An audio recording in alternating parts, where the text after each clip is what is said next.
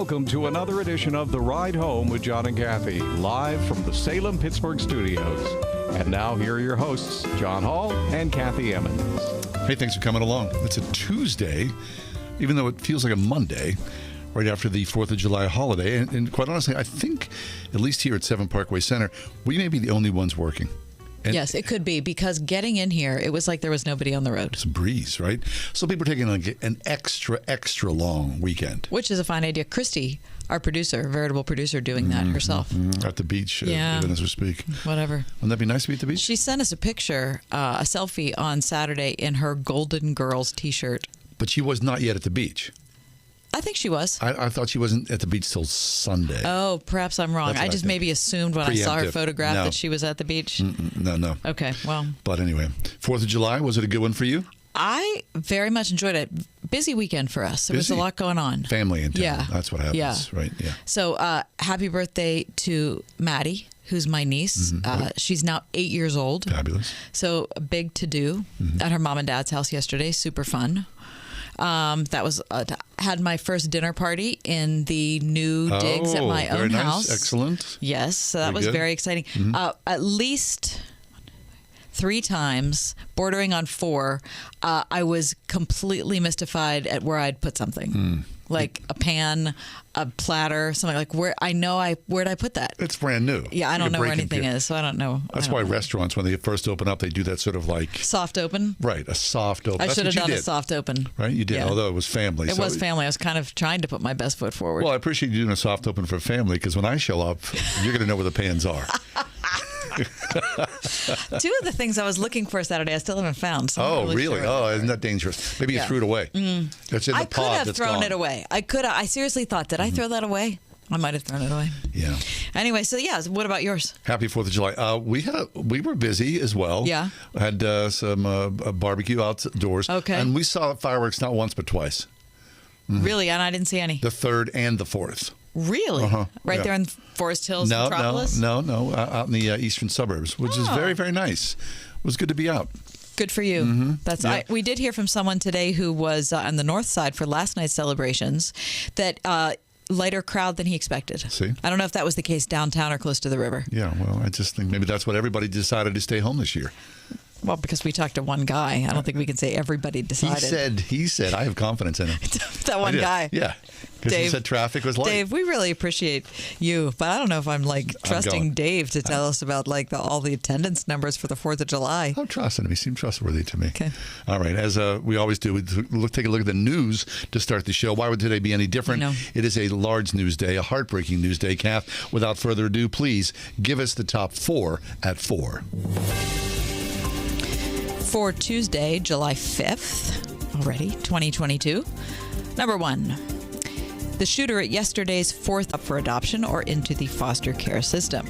Now, the AP went on to say that conservative people have long supported local efforts like pregnancy resource centers, so they're used to giving out of their own pocketbooks for this.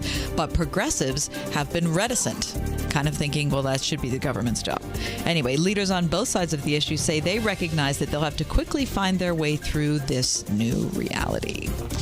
Number 3. An ABC News profile of Erie, PA today, reporting how employers continue to struggle to find people to work and how local companies have made some big changes to their hiring requirements. No degree, no problem. Companies apparently hiring in Erie are lowering their bachelor's degree requirements to attract more job seekers to apply for open positions. An executive in the area said somebody who really fits is important because otherwise they could have all the experience or all the degrees in the world and it just doesn't work. Employers who were interviewed for the piece said that often they have loosened this degree requirement. In fact, one man said, I just had my 20th year anniversary of owning this business and I found over the years some of my best team members actually did not have a 4-year degree.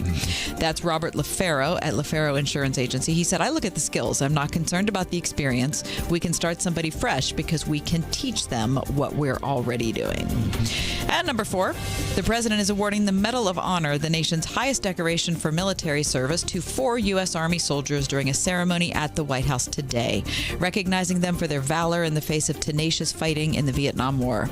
The recipients include Staff Sergeant Edward Kaneshiro, Specialist Dwight Birdwell, Specialist Dennis Fuji, and Major John J. Duffy. And that's your top 4 at 4. Fabulous. Can I give you a couple details? Yes, Because I think it's congratulations to important. those men. I think it's important to say what they did. Kaneshiro's medal awarded posthumously. He was leading an infantry squad in 1966 when his unit was attacked by North Vietnamese fighters.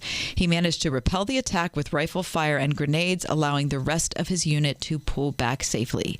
He was shot and killed during fighting 4 months later. Wow. 55 years ago.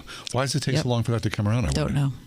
Birdwell, serving in a tank unit when his airbase came under attack in 1968, managed to rescue his wounded tank commander and fired the tank's guns at the enemy. He was eventually shot in his face and torso, but refused treatment until he could evacuate the other wounded soldiers.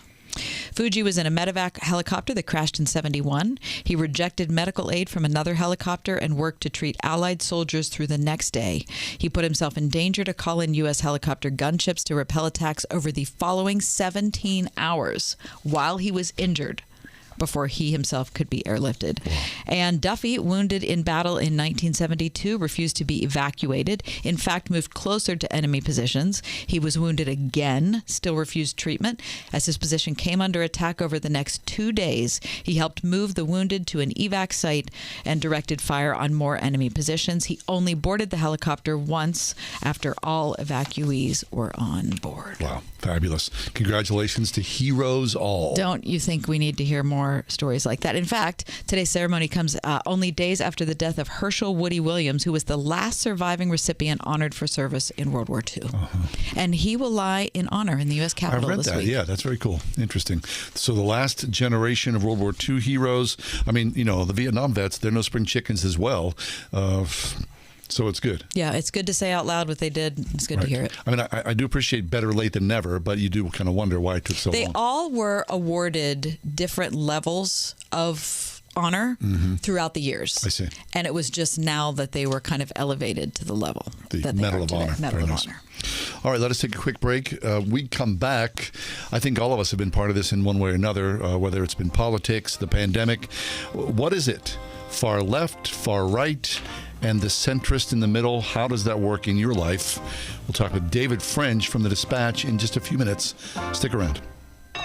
101.5 WORD. Plan now to join Word FM Tuesday, August 16th aboard the Gateway Clippers Empress for another fabulous dinner cruise. From 6:30 to 9, relax in the company of fellow believers as you enjoy a fantastic dinner buffet, music, and stunning views of the city skyline.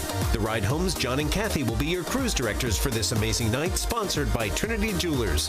Don't miss the boat. Last year's event completely sold out. Reserve now at wordfm.com/dinner cruise.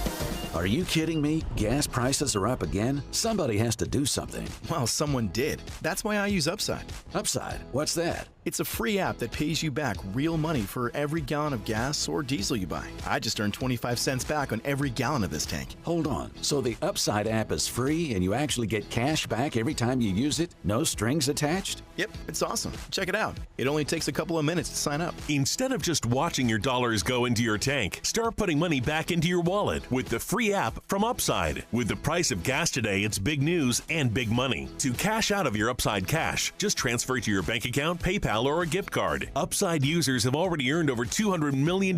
Now it's your turn. Download the free Upside app and get cash back on every gallon of gas. Use promo code TREE for an extra 25 cents per gallon on your first fill up. That's code TREE. Use code TREE for an extra 25 cents per gallon back in your first fill up. Cashback's not available in gas in New Jersey and Wisconsin.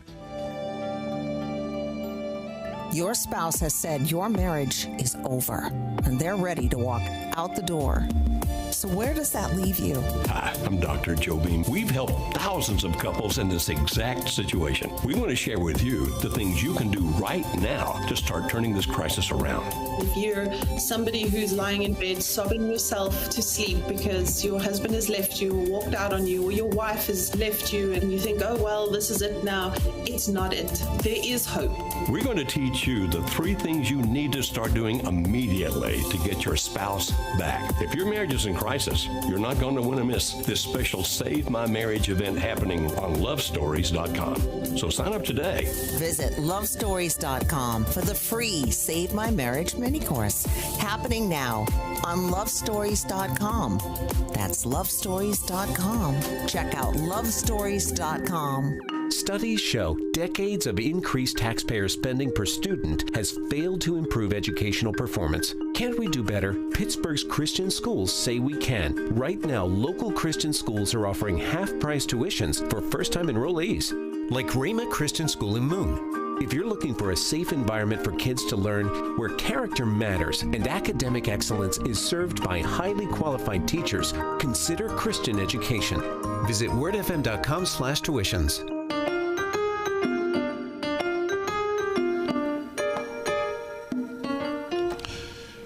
I think it's fair to say that we live in two different countries. There is red America and there is blue America, right?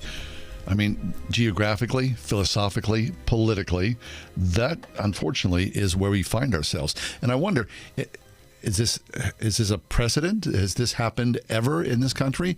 Or has this been the norm? Is this how it's always been, but things are just a little more magnified? Well, David French is with us. David's a senior editor at The Dispatch. It's a daily newsletter that Kath and I love. David's also an attorney. He's a veteran of Operation Iraqi Freedom, the author or co-author of several books, including the #1 New York Times bestseller, Rise of ISIS, A Threat We Can't Ignore. And David, welcome back to the show. Thanks so much for having me. I appreciate it. What's the answer to the question that John raised? Has this happened, this type of polarization, before in the history of America? Well, I mean, obviously when you're talking about 1861 to 1865, sure. Yeah. If you're talking about even like the election of 1800 or the election of 1876, there have been multiple points where we have had, and even the War of 1812, there was a secession convention that actually occurred towards the end of the War of 1812. We've gone through periodic bouts of profound division. 1968, there were more than 2 domestic terror bombings a day, which is just shocking for people to realize.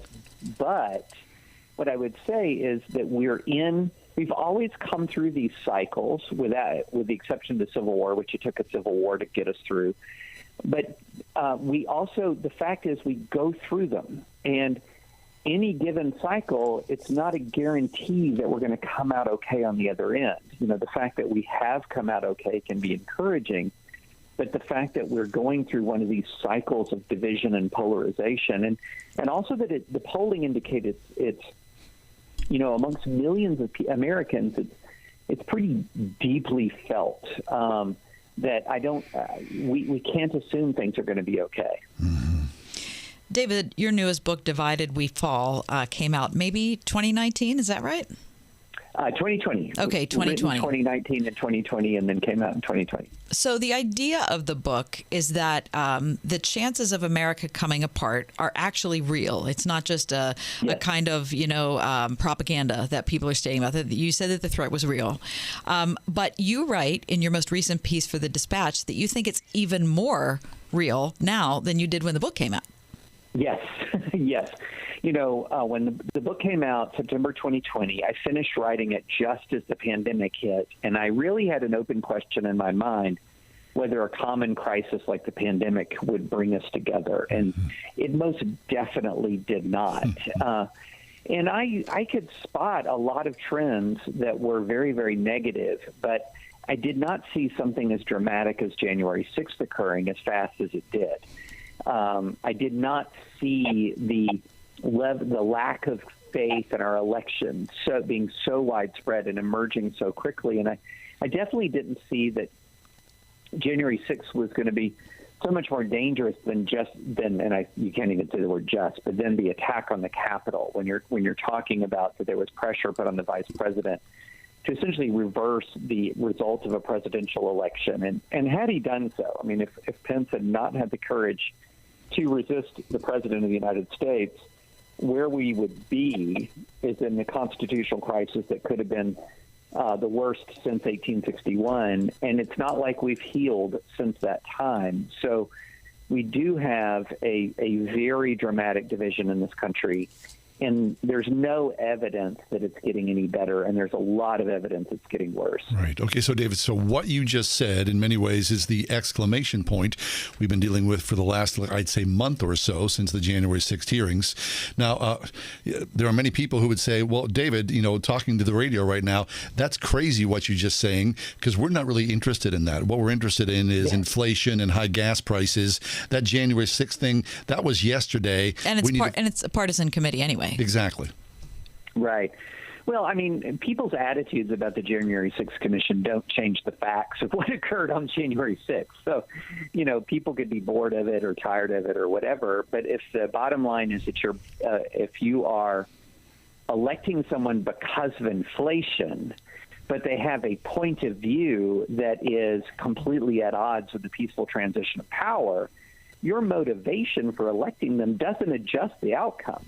So that's why we have to have a real, parties have to take care of their own houses here. So there's every chance that the Republican Party is going to win and potentially win in a wave of election over the Democrats. Mm-hmm. But the question is, who do they elect? And so you could vote for somebody because of inflation, but if they're radicalized, sort of against the fundamentals and the basics of American, our American Republic, through whatever, if you want to call it ultra MAGA or whatever, they're going to be that when they're in office.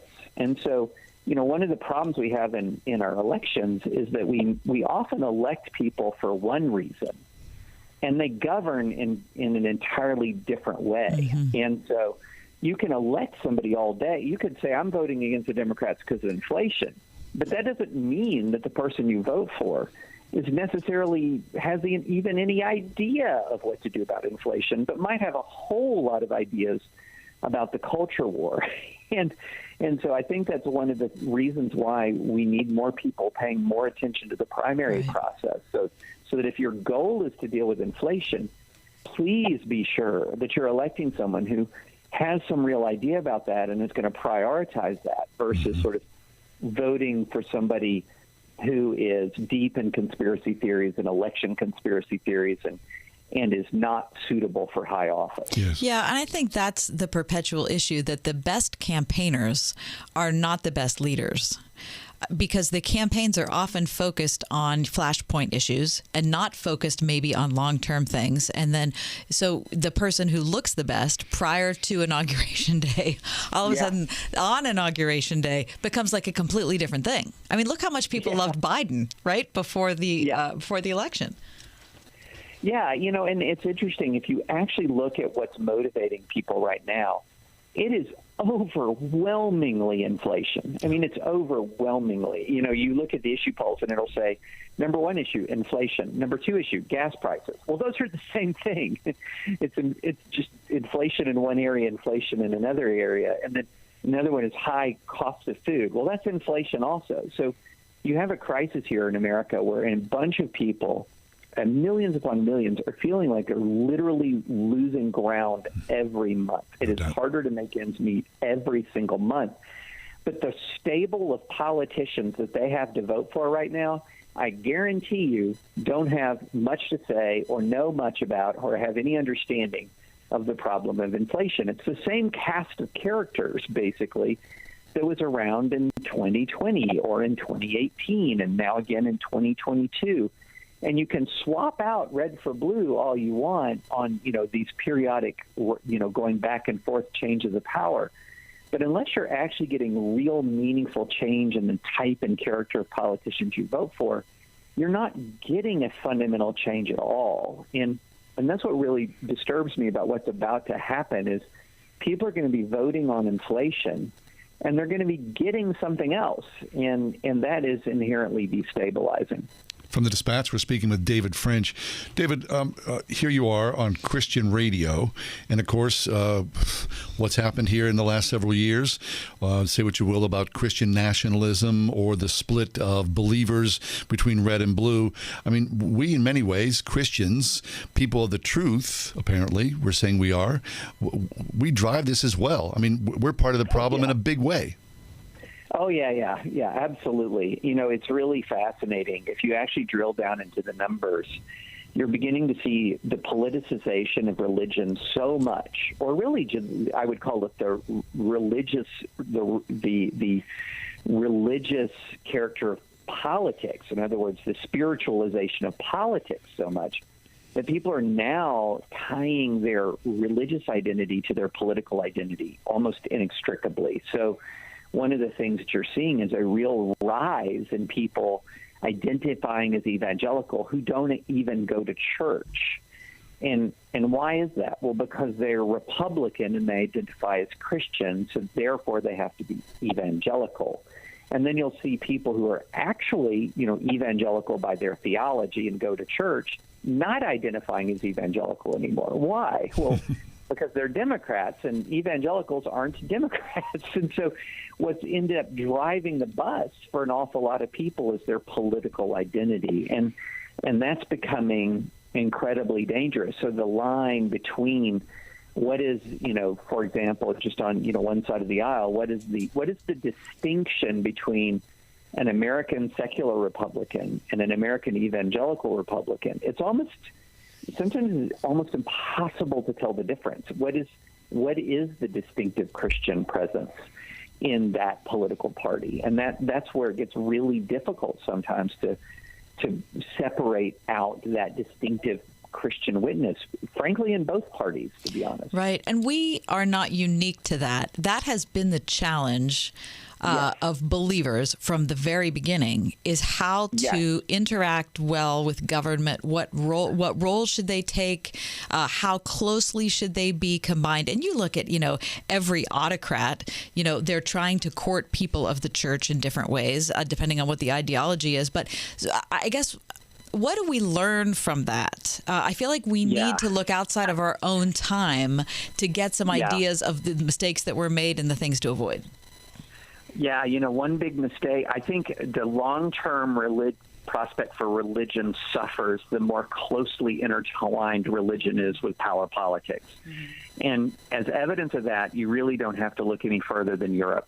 Mm-hmm. So Europe, for example, is the most secular region of the world. If you're going to go back and you're going to look at Western and Northern Europe, this is the most secular part of the entire world.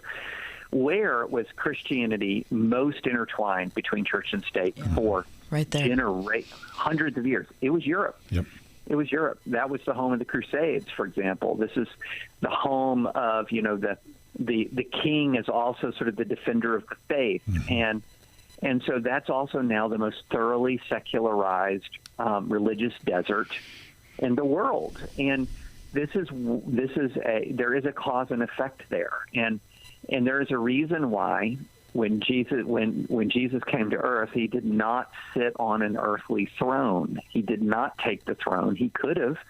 Satan tempted him with the throne, and he refused it. And there's a reason why, if you're reading the epistles, Paul's epistles and the epistles to the early church, they are not a guidebook for seizing political power. In fact, they're letters written to a deeply embattled minority that had no prospect of seizing power at that time. And yet think about how much time, energy, including just plain old mental energy, that Christians pour into thinking about how to secure power in politics and the fear of losing power in politics. I think it's deeply distressing and long-term destructive. Yeah, I do too. All right, David. David, always good to talk to you. There's so much more we could get into, but time is short. Yep. Talk about the Dispatch, David. Yeah, tell us what's going on. Yeah, well, we check out the dispatch.com daily newsletter, multiple podcasts, and not all of them are as depressing as this conversation we just had. Things are looking up, David. Our apologies. All right. Check out more by David French, including his latest book, Divided We Fall, America's Succession Threat and How to Restore Our Nation. Right. And check out The Dispatch, my single favorite place for news right now. Take a quick break, come back. We got a Burger King story for you next. This is Kathy Emmons. John and I are grateful for the encouragement we have from all of our advertisers, and especially our friends at Grove City College. Thanks to everyone at Grove City for supporting The Ride Home. The word around town is that Pittsburgh homeowners are choosing doing it right when it comes to their roofing, siding, and remodeling projects. That's because since 1984, doing it right roofing, siding, remodeling continues to set the bar through clear communication and an installation that's second to none. Doing it right employs only the most experienced professionals to install and oversee your project. They'll stop at nothing to ensure your satisfaction, doing business honestly, taking no money down and no payment until the job is complete. Doing it right will ensure that all work is installed to the industry's highest standards. Then back it all up with their lifetime workmanship warranty. As a prestigious multi-award-winning Owens Corning Platinum contractor, as well as a VSI certified installation contractor, you can't go wrong with doing it right. Mention John and Kathy for a discount off your estimate. Call 724-NEW-ROOF for a free project evaluation or visit roofingcontractorpittsburgh.com. Want it done right, call Doing It Right. Excuse me, why don't you have life insurance yet? I've got diabetes, and I know the price will be through the roof for the pre-existing condition. Well, actually, SelectQuote makes it easy to get very affordable life insurance, even if you have a health issue. I'm listening. You'll get quotes from some of the country's most trusted carriers. Even with your diabetes, you can get around $250,000 in insurance for as little as $1 a day. That would be amazing. What's it called again? SelectQuote. Just call or go to selectquote.com to get your free quote. Get the coverage you need at a price you can afford. Call 1-800-694-1010 or go to selectquote.com today. That's 1-800-694-1010 or selectquote.com. SelectQuote. We shop, you save.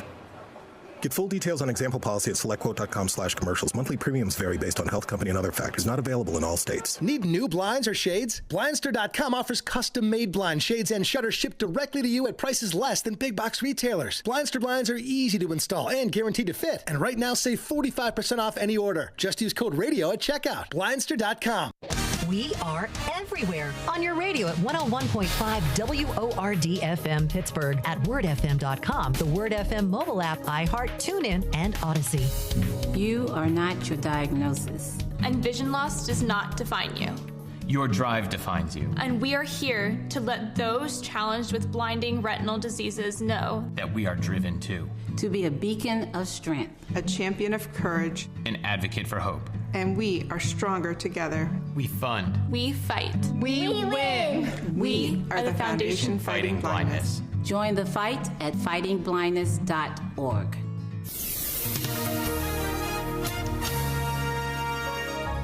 Cloudy and humid tonight with a heavy thunderstorm around. Thunderstorms can bring hail and damaging winds. Will reach a low of 70. It'll be humid tomorrow with a couple of thunderstorms, especially late. Otherwise, cloudy skies in the morning with intervals of clouds and sun for the afternoon. Will reach a high of 84. Cloudy and humid tomorrow night, low 69. More clouds than sun Thursday. It'll be humid with a thunderstorm in a couple of spots at a high of 82. With your AccuWeather forecast, I'm Drew Shannon. It's a story about a guy, Kevin Ford, who lives in Vegas, Las Vegas, and he works as a cook at the Burger King in the Las Vegas airport. And he has never missed a day of work in 27 years. Stop it. 27 years. And so he shows up to work on this 27th anniversary, and he makes an offhand comment to management. Hey, today's my work anniversary. It's 27 years. I've been here, and I never missed a day of work. So the management says, what? I didn't know that.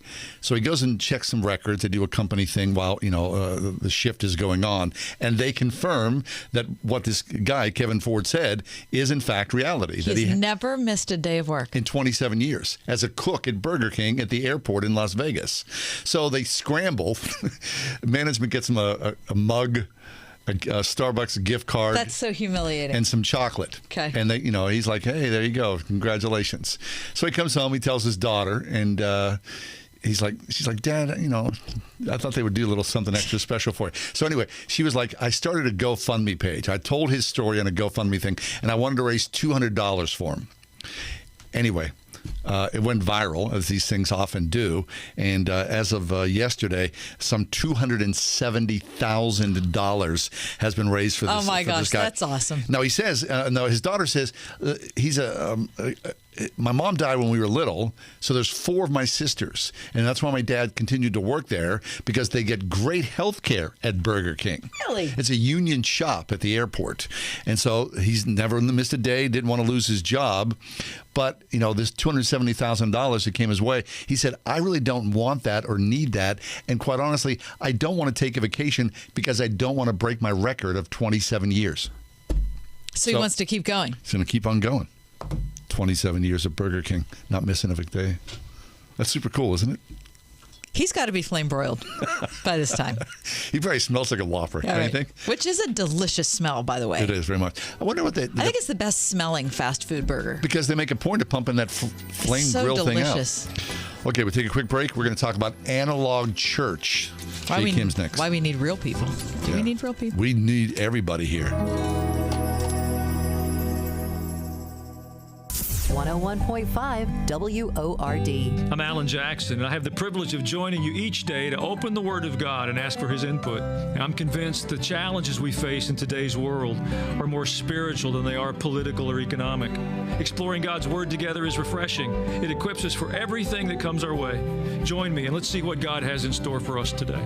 A fresh look at Scripture, weekday mornings at 9:30. Alan Jackson Ministries on 101.5 WORD. As you know, our friend Mike Lindell has a passion to help everyone get the best sleep of your life. Now, Mike didn't stop by simply creating the best pillow. Now, Mike has done it again by introducing his My Slippers. For a limited time, you'll save $90 on a pair of My Slippers. And now this blowout sale of the year will not last, so order now. Mike has taken over 2 years to develop these slippers. My Slippers are designed to wear indoors and out all day long, so they're super comfy. Made with MyPillow foam and impact gel to help prevent fatigue for your feet. Made also with quality leather suede. These are MyPillow slippers at their best. Call 1-800-391-0954. Use the promo code WORD or go to MyPillow.com. Click on the radio listener square. Use promo code WORD. Now, the offer is not going to last long, so order now with promo code WORD at MyPillow.com. 1-800-391-0954. Use the promo code WORD. The Mechanical Services Company. Trusted, proven, preferred. If you can fix the big stuff, you can fix the small stuff. The Mechanical Services Company has fixed HVAC systems large and small for over 100 years. For fair treatment, expert service, and affordable solutions 24/7, 365. Find them online at tmschvac.com. The Mechanical Services Company. Trusted, proven, preferred. I think what excites them the most is that their children are happy. Cara Bell, principal at Jubilee Christian School in Mount Lebanon. When the children come into school, they love it. And oftentimes they're super excited when they leave because they don't want to leave. It's always, bye, Mrs. Bell, see you tomorrow. They're just always happy. And I think that makes parents happy. You want to see your children have a passion for education. We want them to enjoy learning. Imagine, believe, achieve. Jubilee Christian School, K through 7th grade, now enrolling for the fall at jubileecs.org. Imagine tens of thousands of people from all across the city gathering just to pray. That's what's happening for Pittsburgh Praise, Sunday, July 10th. Believers from across Pittsburgh are uniting for a powerful prayer and worship event because we want to see the goodness of God filling our city and believers working together as one. Visit PittsburghPraise.com to register for free. See you at Heinz Field, July 10th at 2 p.m. for Pittsburgh Praise. Doors open at 1 p.m. I don't know about you. This is oftentimes how I think about my walk. It's not even a walk. I'm kind of like an Arthur Murray Christian, where I do the cha-cha. I do 1 step forward, 2 steps back. 1 step forward, 2 steps back. It is oftentimes a slow and, quite honestly, fidgety, painful relationship that I have with Jesus. And my only consolation in all this is that I know that God is patient with me and that I'm not alone. Pastor Jay Kim is with us. He's the lead pastor at Westgate Church in the Silicon Valley of California, teacher in residence at Vintage Faith Church in Santa Cruz. He's got a new workout called Analog Church, Why We Need Real People, Places, and Things in the Digital Age. And Jay, Pastor, welcome to the show. How you doing? Thanks so much for having me. Yeah, great to be on with you. Jay, I don't know. There are a ton of people, even in my own circle, who say, you know what? It was hard to get used to at first at the beginning of COVID, but now I've just, church having it, online is fine. And, I can kind of cook brunch while I'm doing it. And, so I don't feel disconnected or anything, but it just saves me time having to go out. Yeah. I mean, I think that's a fair response on the surface. But I think for most of us, especially when we think about the last couple of years of COVID and the isolation and separation and, sort of life being mediated on the digital, in the digital space, I think there's probably for all of us an intrinsic longing and desire to want more. And I think that's because God's designed us that way. We're embodied human beings who need embodied realities, embodied humans to experience life to the full. Yeah. But what about that gathering? I mean, Jesus calls us to be together, right? But COVID made it easier not to be together. So where are you in your church? I mean, is it something that you're actively pursuing, saying, yeah, you can do Zoom, but we'd prefer to see you in person, or does it matter? Yeah, we try to push our people toward in-person. We still have online services, but a big part of that is because we've got lots of folks in our church who, for a variety of reasons, can't show up in person. Maybe they don't quite feel comfortable doing that at this point. And, full disclosure, we've also found that online is it's sort of the new lobby or the new foyer. That's where new people go to check out a church before they ever step foot. So we don't want to lose that big, wide open door. But we are also really clear and really upfront about the fact that we believe church is the gathered people of God, so that when folks are ready, we always sort of push and prod in that direction. Join us in person and experience, the goodness of God amongst the people of God. Jay, John and I had a similar experience where, in that year and a half, we were both working from home, doing the show from home. And so he was in his spare room on Zoom. I was in my spare room on Zoom. We didn't see each other in person for, 6 months, something like that. And then when it came time for us to return to working here at the station, we had a lot of trepidation about it because it was different. Because you get used to doing a thing, especially if it's a job or a church thing, something that's regular. You get used to doing it a certain way. And so breaking out of that is hard. Now, once we came back to work, we'd been back to work for 2 days and we were like, oh my gosh, this is way better. But getting over that hump was a lot harder than I thought it was going to be. And if you would have told me ahead of time that it would be hard, I would have poo-pooed it. That's right. Yeah, I think that's true. But I think most of us also know that the best things in life, the most meaningful things in life, very rarely come easily. The moments we celebrate the most, graduation, the birth of a child, a new job, kicking an old habit that you've wanted to kick for a long time, getting in shape, having a breakthrough maybe in your sort of mental health or with counseling, whatever it might be.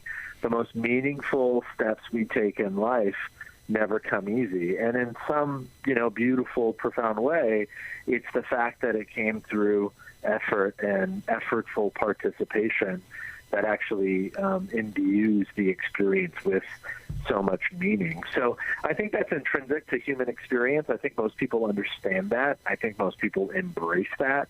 And we've just gotten into a habit of thinking that discipleship to Jesus, following Jesus, and living life within the context of the church, that it's supposed to be easy.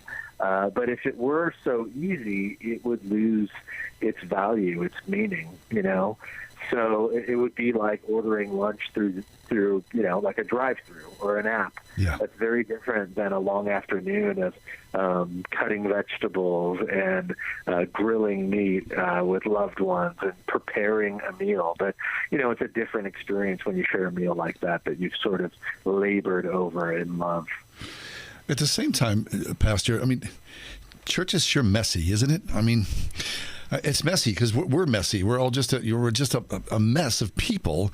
And so, one thing the COVID church did was, well, I don't have to share my mess with anybody. I mean, here comes John and, and his craziness and, I don't want to get into all that. Right, exactly. I'll look to my left and find a different guy to talk to. As a pastor, did it make pastoring easy to be, the Zoom guy? Because, I mean, just because it's a mess, it's hard. I mean, it's just hard to be alive, let alone hard to be transparent and go to church. Yeah, that's right. And, in some ways it made it, I guess, less complicated to be online. But really, in the most meaningful ways, it made it far more challenging. The idea of church, the boundaries got expanded and stretched to their breaking point, I would say. When people can sit in the comfort of their own home and turn on any one of, thousands of preaching options on a Sunday morning.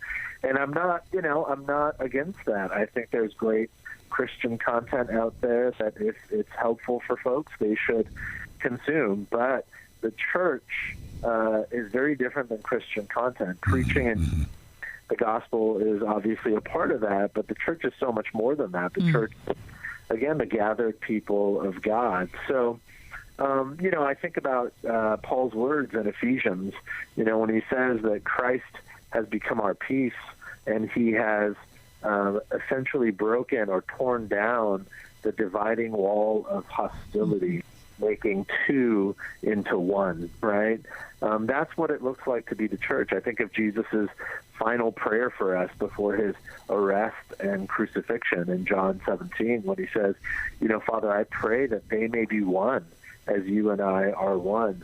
That's a part of the calling of what it means to be the church. So, yes, it is more convenient. It is less taxing, and it is less complex and less tense to do your own thing and just constantly, put forth effort to surround yourself with people who are just like you and think like you and hold the same political opinions as you. But that's not the calling of the church. The calling of the church is not to gather with those with whom we are, perfectly compatible, but rather to gather with those who are not like us, and to be made one in the family of God, which is not easy. It comes with a lot of pain and heartbreak and sacrifice and compromise and kindness and compassion and generosity. But if and when Christians can do that, we put on display for the world a brand new vision of what it means to be a people together. Jay, and you talking just there about the dividing wall of hostility. I've thought about that phrase a lot over the last couple years, and I don't know. I've just been thinking about the fact that it's talking in the context about people of Jewish background and people of Gentile background, and I wonder how I'm thinking that they were living pretty separate lives. Each in their own communities, having their own traditions, right? Having their own experiences, that was a radical thought that that dividing wall. I mean, there wasn't a dividing wall of like semi-unkindness. It was a dividing wall of hostility, right? So it had to have been bad. So like the times we're living in now are, it's not like they're unknown. It's not like it. I mean, we're going through things that have been gone through in the past, and Christ and his, sacrifice and resurrection were enough to bring the sides together. Right. Yeah, and I think it's still enough. That sounds impossible today. It does. Because of the various dividing walls that we've put up, and that media in particular. And I'm not against media, but news media in particular sort of emphasize these dividing walls. We are sort of caricaturized into avatars rather than real complex human beings. So, you're either Republican or Democrat. You're either conservative or liberal. You're either white or black. You're either on and on and on. And yet, the vision of Christian community is such that it's this beautiful mosaic of people from every tribe, every nation, every tongue, And that's sort of a euphemism for all that which divides us, because like you said, at the time, those divisions, different tribes, different languages and cultures, different nations, those walls were much thicker and much taller than even the walls that divide us today. That's hard to imagine, because today in our culture, it's like, man, whoever you voted for, that distinguishes you as living in one camp or the other. Well, at the time of Jesus, national boundaries and linguistic and cultural boundaries, religious boundaries, they were really tall and really thick. And yet we are all today a part of this Christian movement because people who had very little in common with each other decided that their union in Christ was more beautiful and more profound and more meaningful than anything else that could have divided them. So I think that's the call. I don't think that calling has changed. I think Christians are called to the same sort of pursuit of unity and commonality, despite all that which divides us in our culture today.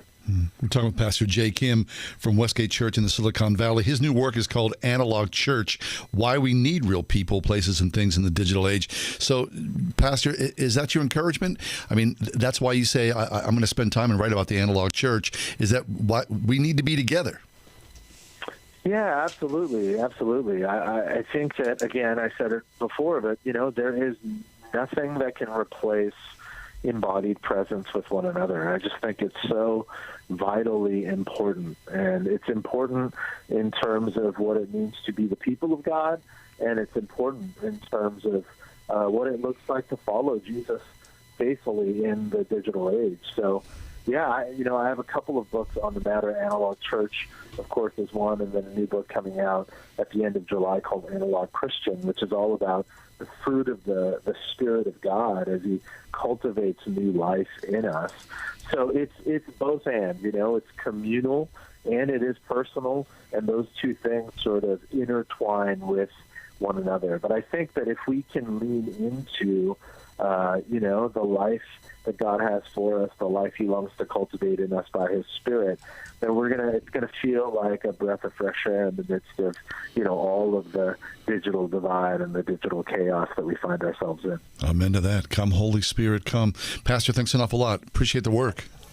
Yeah, thank you both so much. Thank you, Pastor Jay Kim, Westgate Church in the Silicon Valley, Analog Church, and as you had heard, he just got a brand new work coming up at the end of this month as well. Take a quick break. We're just getting underway here. 4 o'clock hour of the ride home.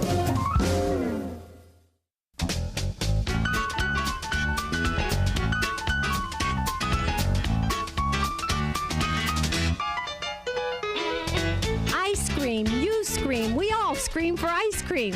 That's exactly what's happening every day at the Spring House in 84. We're literally up to our elbows in ice cream. But who could resist a cotton candy ice cream cone? Or how about cookie dough? Or Heath Crunch? Or even raspberry chocolate yogurt? You've just got to try them all. If not a cone, then how about a toasted almond fudge ball? Creamy vanilla ice cream rolled in toasted chopped almonds and topped with gooey hot fudge and real whipped cream. Or better yet, a strawberry ice cream shortcake made with real old-fashioned shortcakes smothered with sliced strawberries and again, real whipped cream. Jump in the car now, head to 84 in the Spring House, where we want you to scream for ice cream. Diabetes, high blood pressure, anxiety meds, everyone's on them. If you're a 50-year-old male, maybe a bit porky, and you may even have type 2 diabetes, $1 million of term insurance may only cost you about $200 a month. Call Term Provider. Speak with Big Lou at 800-333-1750. Big Lou will find a term life policy for you even if you have type 2 diabetes or overweight or have high blood pressure. Term Provider has helped thousands of people like you who think they can't afford term life insurance. To buy $1 million of affordable term life for you, all you need to do is call Big Lou at 800-333-1750. Lou will make sure the scales are tipped in your favor. Call 800-333-1750. Big Lou will answer your call and work to fit you into a term life policy that you can afford. Remember, Big Lou's like you. He's on meds, too. Call 800-333-1750. 800-333-1750. imagine tens of thousands of people from all across the city gathering just to pray. That's what's happening for Pittsburgh Praise, Sunday, July 10th. Believers from across Pittsburgh are uniting for a powerful prayer and worship event because we want to see the goodness of God filling our city and believers working together as one. Visit PittsburghPraise.com to register for free. See you at Heinz Field, July 10th at 2 p.m. for Pittsburgh Praise. Doors open at 1 p.m. It's Trinity Jewelers' 6th annual half-off, half-the-store sale. It only happens once a year. Come to Trinity Jewelers this Thursday through July 12th and get half off half the store. 50% of all their jewelry will be going for 50% off. Select items up to 70% off. So shop early for the best selection. Trinity Jewelers' half-off, half-the-store sale at Trinity Jewelers, Mount Nebo Road. Celebrating 22 years at their schoolhouse location. Ends July 12th. Visit TrinityJewelers.com.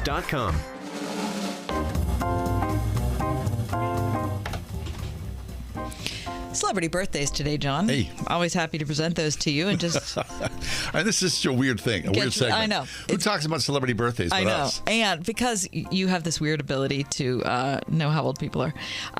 So I have two for you today. Okay. The first one, Edie Falco. I know you're a fan. Oh, now wait a second. I'm not really a fan. I know Edie Falco only through one thing, which is The Sopranos. Okay. Which I never saw. You know what? I've seen 2 episodes. Oh, okay. So you haven't really seen it either. But I've got my good friend. Right. Who was in it? Yeah. So I really can't comment on Edie Falco. Did you ever talk to James about her? Like, do you know anything about Edie Falco? Yeah. We're not going to talk about it on the air? No, okay, that's fine. No. Don't want to delve into that. No. It's Edie's birthday today. Okay, happy birthday, Edie Falco. Well, this is purely a guess. Okay. Since I would say because my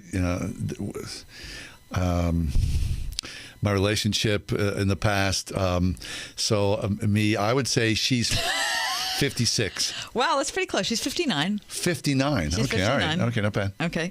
And the next one, one of my favorites, Gary. Now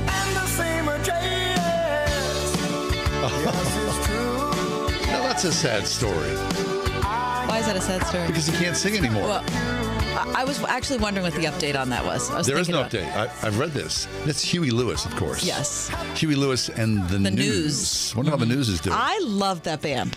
Oh. That is the happiest sounding band. Do you like that band? Oh, very much so. Gary, did you ever play cards with him or anything? Huey Lewis. Got any stories on Huey Lewis? I don't think I met him. No. Oh, darn it. That's a very particular 80s sound. I mean, that was me riding a bicycle around New York City with a Walkman. Wow, listening a cassette Walkman? A cassette Walkman, Yeah. listening to, I Want a New Drug. Yeah. Right? Huey Lewis is old. That's fair to say. I would say Huey Lewis is 74? 72. Mm-hmm. Okay. Younger than I thought. 72. So his voice is gone. No, it's not his voice. He has Meniere's disease, which is a balance disorder. Oh, right. But That he can't sing. can affect your hearing. And so his hearing has been affected, which is why he can't sing. So he doesn't know if he's on key or not. Right. Now, he's had Meniere's maybe 7 or 8 years. So I'm not. Were you just reading about him today? Yes. Okay, so it is still in effect and he's Yes. not able to sing. Right. He's saying it's over, basically. Wow, that's really sad. He's a wonderful performer. And he came to prominence late in life. He became famous in his 40s as Right. opposed to in his 20s when a lot of people do. Yeah. Which is probably why he's ended up being a relatively well-adjusted person. Probably so. Yeah, I'm a fan. Huey Lewis. Huey Lewis, Best Of, is one of just the happiest sounding CDs, albums, however you want to listen to it, that you'll find. And don't you oftentimes go, I need some happy music? Yes. Right? They were all college friends at Berkeley. They all went to Berkeley College of Music, and then they've kind of formed their Interesting. band out of that. Don't we have a Berkeley School of Music grad here at the station? Mike Adams. Yeah, I wonder if he knew Huey. Well, he's not I'm gonna anywhere ask near him. in the they're not anywhere close in age. Yeah, Mike's considerably younger, Yeah. but could ask him. Oh, happy birthday, Huey and Edie. And Edie. Very nice.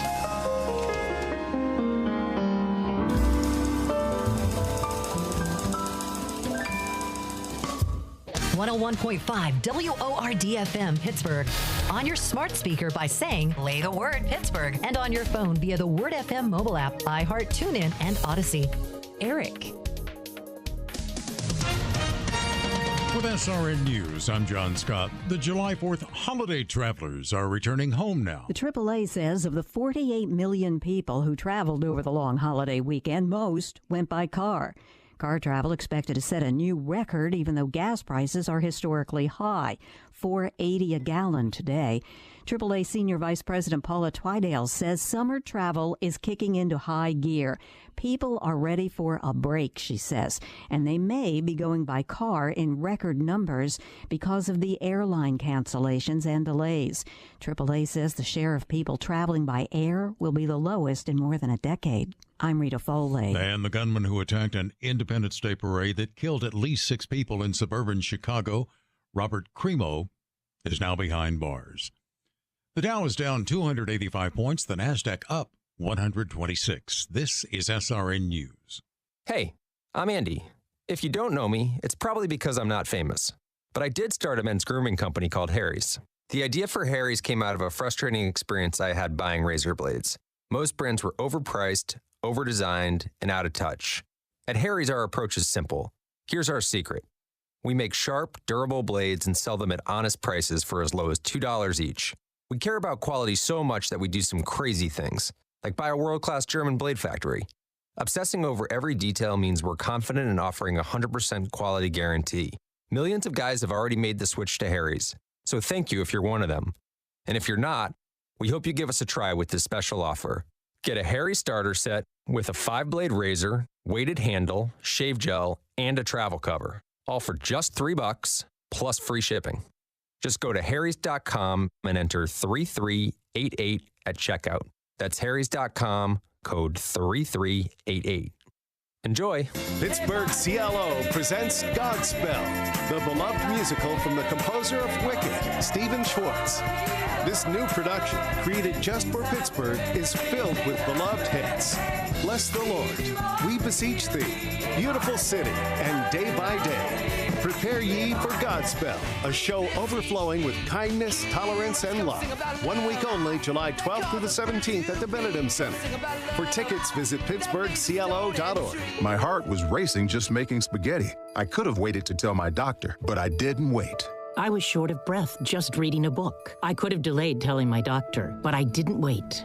They told their doctors and found out they have atrial fibrillation, a condition which makes it about 5 times more likely to have a stroke. If you have one or more of these symptoms, irregular heartbeat, heart racing, chest pain, shortness of breath, fatigue, or lightheadedness, this is no time to wait. Contact your doctor. Brought to you by Bristol-Myers Squibb and Pfizer. Whose rulebook do you want to play by, the government's or your own? This is Jay Hagerman of Abernathy & Hagerman. Without a proper estate plan, many families end up playing by the government's rulebook and losing a lot of what they'd intended to leave to their families. That's why Abernathy & Hagerman presents free, ongoing estate planning workshops with attorney Dan Reimer to help you protect what's yours and make sure the government plays by your rules. The next one's happening soon. For details and to attend, visit a-h.law. Now that I've got your attention, let me tell you all about us. Whoa, tough crowd. Anybody out there? Hello? Anyone? Fighting to be heard in today's competitive digital world? It's time for Salem Surround. Let us handle everything and get your message seen and heard. Let's turn up the volume on your business with Salem Surround. Learn more by logging on to surroundpittsburgh.com. Surroundpittsburgh.com.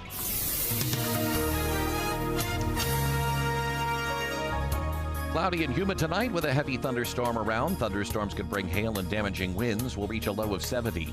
It'll be humid tomorrow with a couple of thunderstorms, especially late. Otherwise, cloudy skies in the morning with intervals of clouds and sun for the afternoon. Will reach a high of 84. Cloudy and humid tomorrow night, low 69. More clouds than sun Thursday. It'll be humid with a thunderstorm in a couple of spots at a high of 82. With your AccuWeather forecast, I'm Drew Shannon.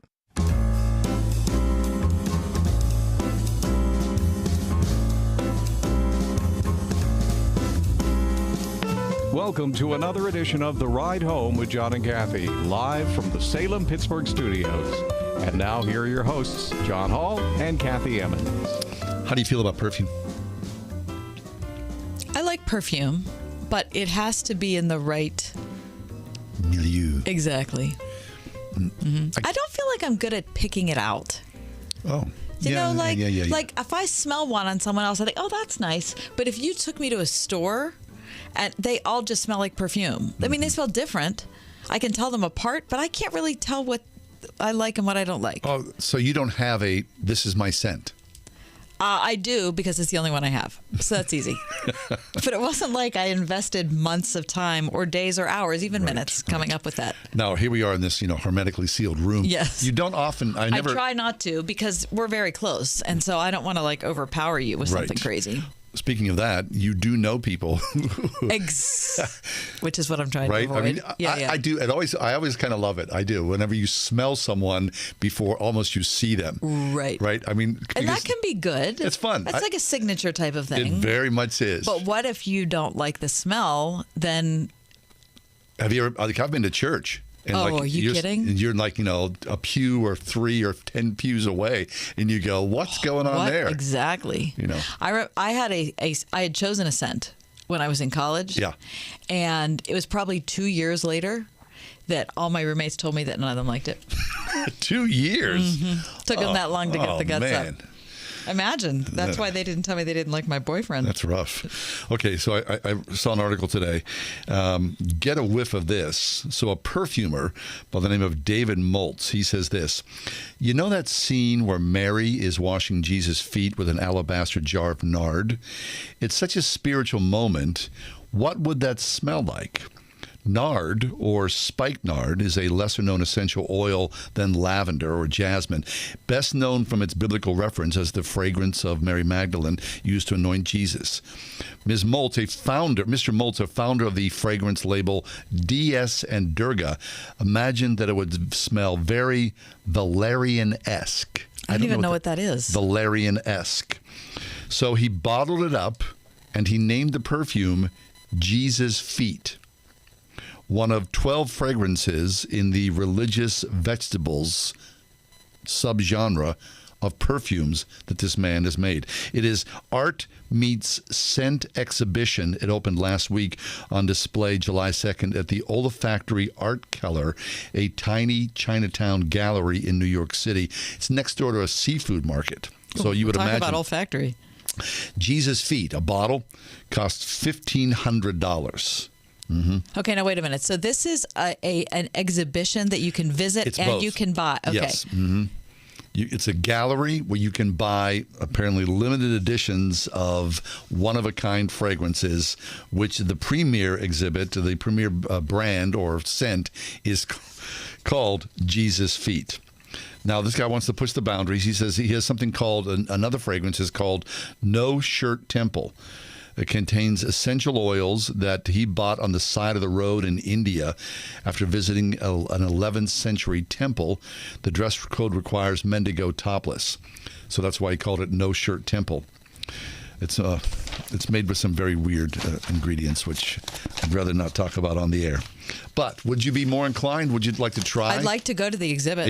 I think that would be super fun to go to the exhibit. Mm-hmm. I would love to do that, in fact. Do they still have that? Well, there are people, like they have sommeliers who will help you through your wine decisions. Yes.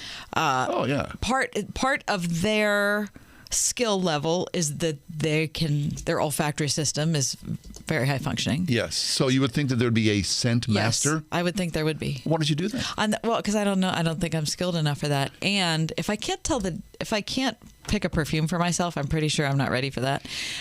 Also, the TV show Elementary, starring Johnny Lee Miller. Mm-hmm. He has a recurring character who comes on periodically, and his name is The Nose. Oh. And so he can come and immediately determine. Break things down for you. Mm-hmm. Mm-hmm. I would love to meet somebody like that. I bet that person would be very afraid of COVID. Heck yeah, they would.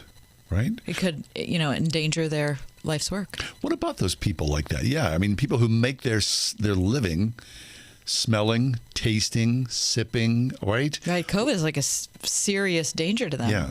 My sister was here this weekend, and she's probably almost 6.5 months past COVID. Still can't smell or taste, huh? What? Well, no, that's not true. That's not true. She can taste, she can't smell. Really? Yeah. What does that say? What does that mean? It's really upsetting to her. She's having a very hard time dealing with it. It's really no doubt, of course. It really bothers her. So we were at lunch today with our new friends. Yeah, I want to thank Dave and Martha, who were so kind. Yeah. They donated to our Last Food for the Poor campaign in an excessive amount. Yes, thank you, Dave and Martha. And therefore purchased a lunch with us, and we had such a good time today. One of my first questions. Want to thank them for loving Food for the Poor, first of all. Excellent work. And caring enough to meet with us. And your question was? Have you had COVID? Oh, right. I mean, there we are sitting together in close proximity, the four of us at lunch. And that was one of the first things I said. They said no. Not that they know of. Right, which is the same thing you and I said. Right. So are we on the minority? It feels as though... I think we would be at over this the point. weekend, I think I told you, two of my family members, one of my nieces and one of my nephews, both got COVID. I didn't know that. Yeah, actually one of my sisters as well. So, I mean, it feels as though... How many people do you know have had COVID? A lot. Most, yeah. Yeah, there are many fewer people that I know who haven't had it. Yeah, but none of your families had it. Well, until now. I mean, you're immediate. Oh, no. Yeah, everyone in my family's had it. My husband's had it twice. What the heck? Yeah. You haven't not.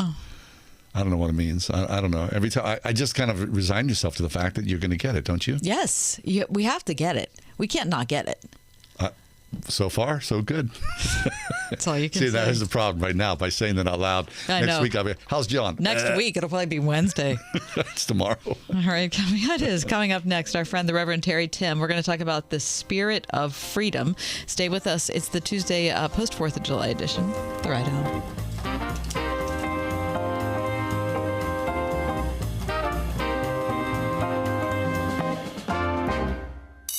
101.5 WORD.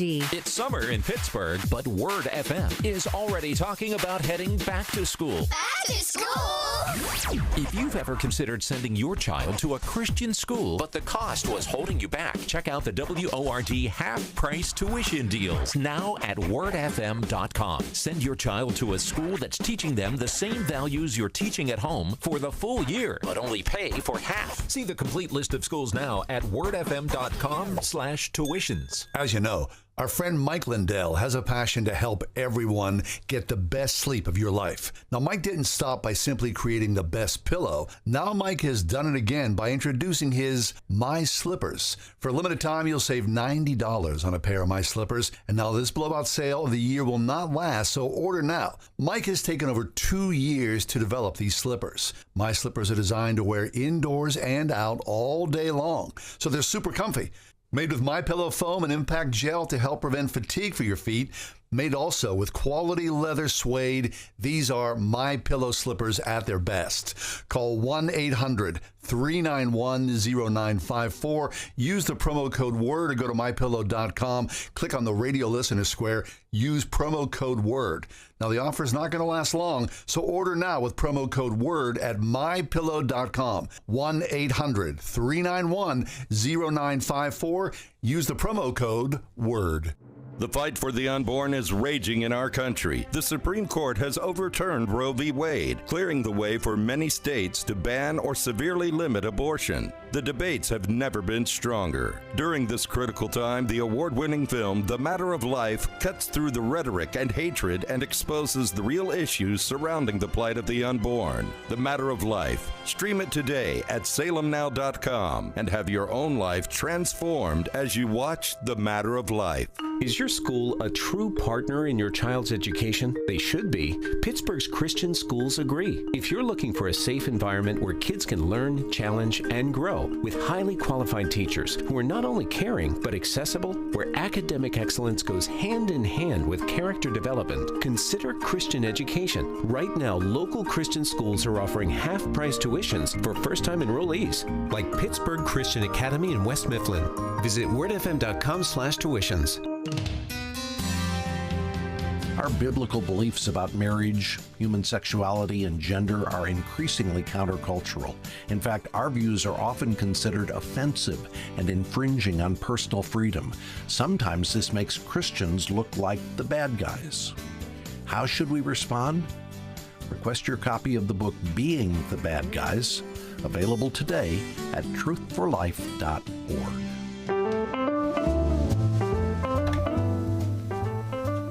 4th of July yesterday. Very nice day, despite the tragedy in this country.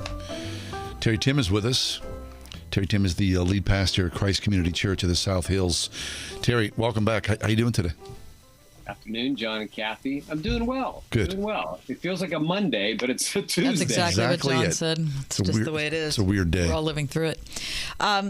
Terry, when you are thinking about freedom, which is what you said you wanted to talk about today, that has so many different contexts, and depending on on kind of how you view the world through your ideology, you can be really into freedom about a certain thing, right? But not into the other side having freedom about a certain thing. So it seems like our freedom, we like our freedom, but we don't want to give it to another person. That was a great summary in like 15 seconds. You nailed it. And you use that word ideology, which is a potent word, and we have all sorts of ideologies being thrown around in our day in the midst of all of the culture wars that we're a part of. And I have to be honest, yesterday was a challenging day. Yes. For me personally, and I think particularly for our nation in where we are in the arc of our history. I'm a big fan of freedom. I think it's an amazing gift that we can bestow on others. We can receive it from God, from a government, but it's really important that we rightly understand freedom. And I think particularly as followers of Jesus, we need to first and foremost anchor ourselves in biblical freedom. And that's one of the problems I think that we have in our country right now, that many people, and I'm talking particularly to Christ followers, I'm not sure that we're first and foremost rooted in a biblical understanding of freedom. I think for many of us, we've morphed onto a cultural or national understanding of freedom, which is important, but from where I sit, we have to understand the freedom that we have in Christ first and foremost. Okay, so Terry, then that begs the question. Please define for us, what is biblical freedom? Well, Jesus said, "You shall know the truth, and the truth shall set you free." You will know the truth, and the truth will set you free. I like what David Wallace Foster said, but not until it's done with you. Right? Letting Jesus' truth actually work itself out into completion in our lives. We are free in Christ. Right now at our church, we're preaching through a series on the Holy Spirit. We're taking 10 weeks to unpack and explore the person and the work of the Holy Spirit. And when we were mapping out the series, we picked out these 10 different topics and we whiteboarded it. And we weren't really paying attention to dates or anything like that. And we decided we were going to spend 2 weeks looking at Galatians chapter 5. And it just so happened that Galatians 5 came up on July 3rd, this past Sunday. And imagine my surprise when I opened up Galatians 5 last week to begin my sermon preparation, and the first verse says, "It was for freedom that Christ has set you free." I'm like, oh, I think the Holy Spirit's got the Spirit's fingerprints even on our sermon planning. And so this idea that we're free, Christ came to set people free from the bondage of sin and this enslavement we have to our human desires. And the Apostle Paul in Galatians 5, he talks a lot about the enslavement that we have to the flesh, the sinful desire. We want what we want. The heart wants what it wants. We go after these things. And we think we're free when we get what we want. But quite often I've discovered that I can get what I think I want, and it enslaves me. I become captive to that thing that I think is going to be fulfilling or help me arrive in my life. And Jesus says, the thing that will truly set you free is when you put your faith and your hope and your trust completely in me, not in anything, not in anyone, not in any image or accomplishment, but first and foremost in me. And that's why the Apostle Paul says it was for freedom that Christ has set you free. Stand firm then, and do not let yourself be bound up by any yoke of slavery. And so probably each of us and all of us have our own little thing that we go to that actually enslaves us. Let me give you just maybe a couple examples. Henry Nouwen. I love the work of Henry Nouwen, a Catholic priest who's been gone for a number of years. But he said there are 3 lies that we typically buy into as humans, and usually one of these is more applicable to us. He said, "I am what I do. I am what I do."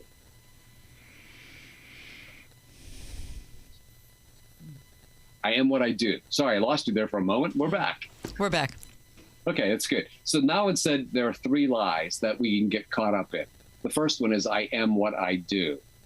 I am what I accomplish. And so my identity is all wrapped up in what I do for God. And that enslaves me because God says, I love you, Terry, no matter what you do or don't do. Some of us get enslaved by the lie of I am what I have. And so we think we possess things. If I get this, I get that, then I'll be free. I can do whatever I want. And then we just end up getting entrapped in that thing. Or I am what people say or think of me.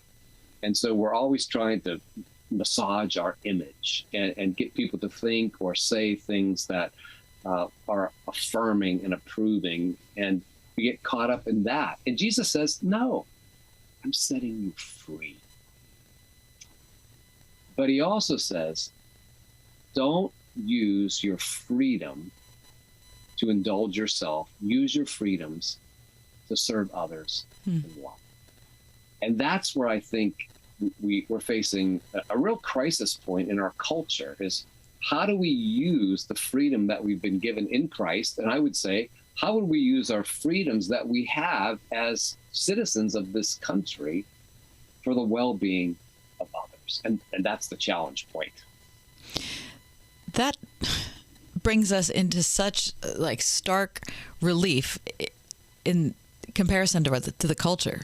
I mean, if you're looking at, the enslavement we have to our sinful desires, the message of our current culture truly is the opposite of that, which is if you can't live according to the way you want, then you have to throw off everything that gets in the way.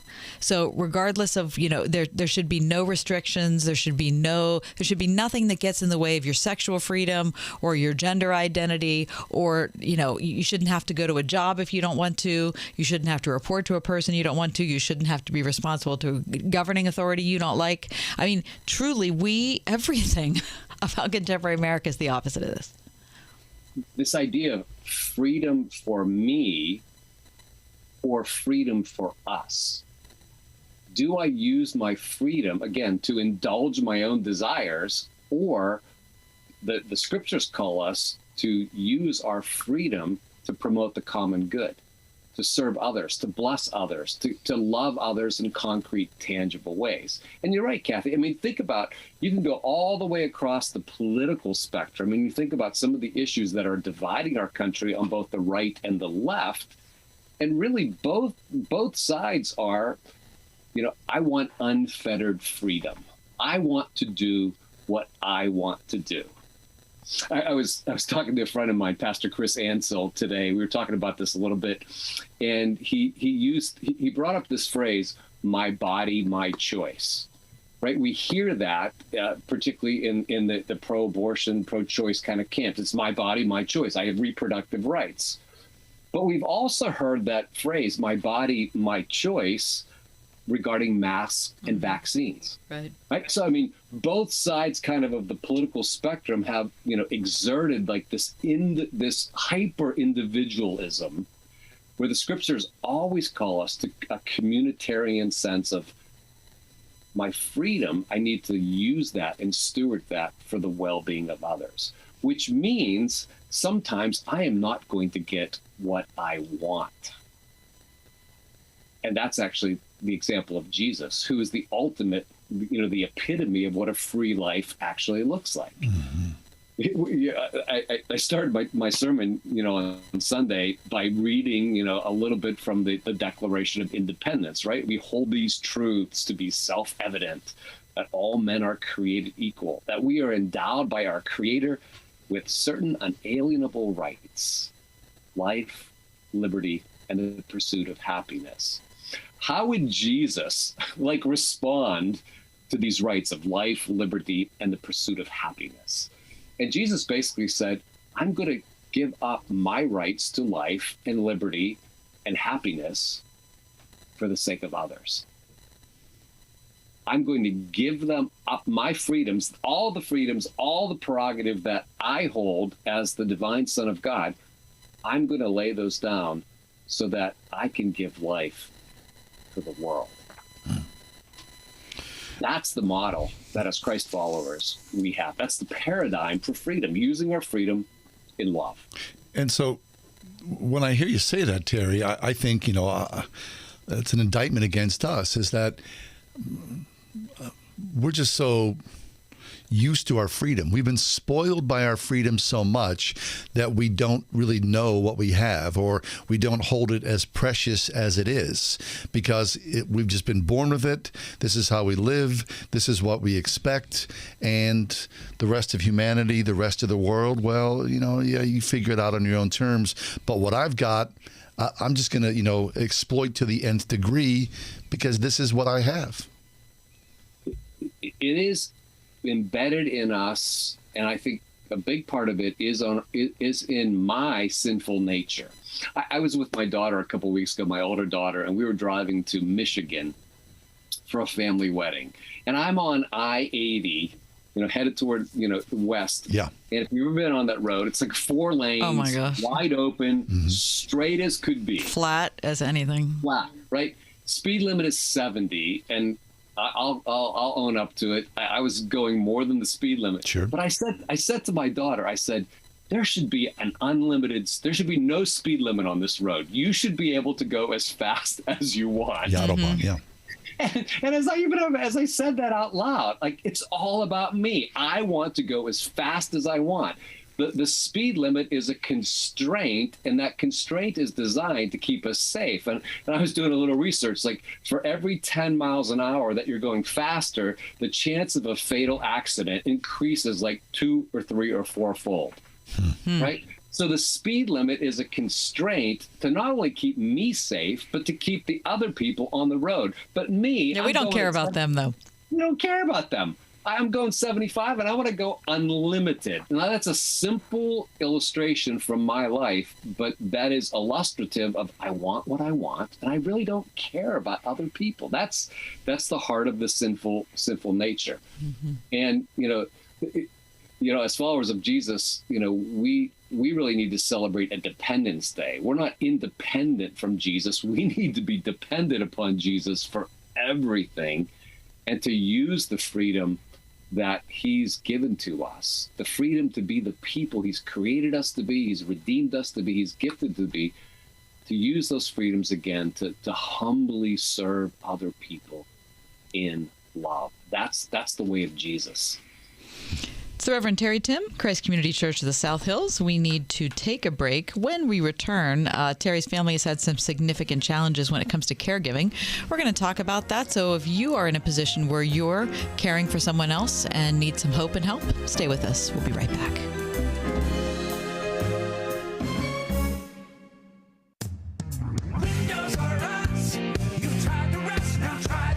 When it's time to replace your roof, siding, gutters, and downspouts, entry doors, and of course windows, you can count on Windows R Us, the area's premier exterior replacement company. This is John Steigerwald. With over 50 years experience in the home remodeling industry, Windows R Us offers repair and replacement for all your exterior home projects. Why pay double with some other companies? Windows R Us will always give you the best price on the best in-class products, backed by the best warranties in the industry, all with zero sales pressure. And speaking of zero, right now get zero interest financing for 12 months and no processing fee, with prices set to increase on all exterior products. Lock in your quote today. Schedule a free estimate and inspection today at WindowsRUsPittsburgh.com. You've tried the rest, now try the best. WindowsRUsPittsburgh.com. Windows R Us. You've tried the rest, now try the best. The Mechanical Services Company. Trusted, proven, preferred. If If you can fix the big stuff, you can fix the small stuff. The Mechanical Services Company has fixed HVAC systems large and small for over 100 years. For fair treatment, expert service, and affordable solutions 24/7, 365. Find them online at tmschvac.com. The Mechanical Services Company. Trusted, proven, preferred. I love seeing the transformation of a smile. There's a reason patients love Dr. Megan Stock, voted Pittsburgh Trib's best of the best dentist in Northern Allegheny County for the second year in a row. You don't have to do full mouth rehabilitation to really transform a patient's life or a patient to be able to smile confidently and be happy with their own smile. Exceptional dentistry meets compassionate care. Stock Family Dentistry, Perry Highway in Wexford, at stockfamilydentistry.com.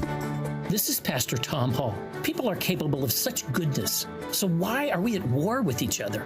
It turns out the Christian faith is completely realistic about human nature. Faith gives us the tools to examine ourselves and imagine a better future.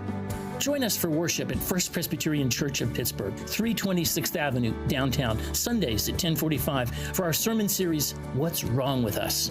Learn more at fpcp.org. Listen on your smart speaker at wordfm.com, the Word FM app, iHeart, TuneIn, and on Odyssey. In your car or at home, too, at 101.5 WORD-FM, Pittsburgh. Did you know 40% of Pennsylvania homes have elevated levels of radioactive radon gas? Testing is the only way to know if your home is at risk. And it's easy as 1, 2, 3. First, buy a test kit from your local hardware store. Run the test in your home following the package instructions. Act on your results if they're high. Contact a certified radon mitigation company for help. For more information, go to dep.pa.gov/radon. Paid for with Pennsylvania taxpayer dollars.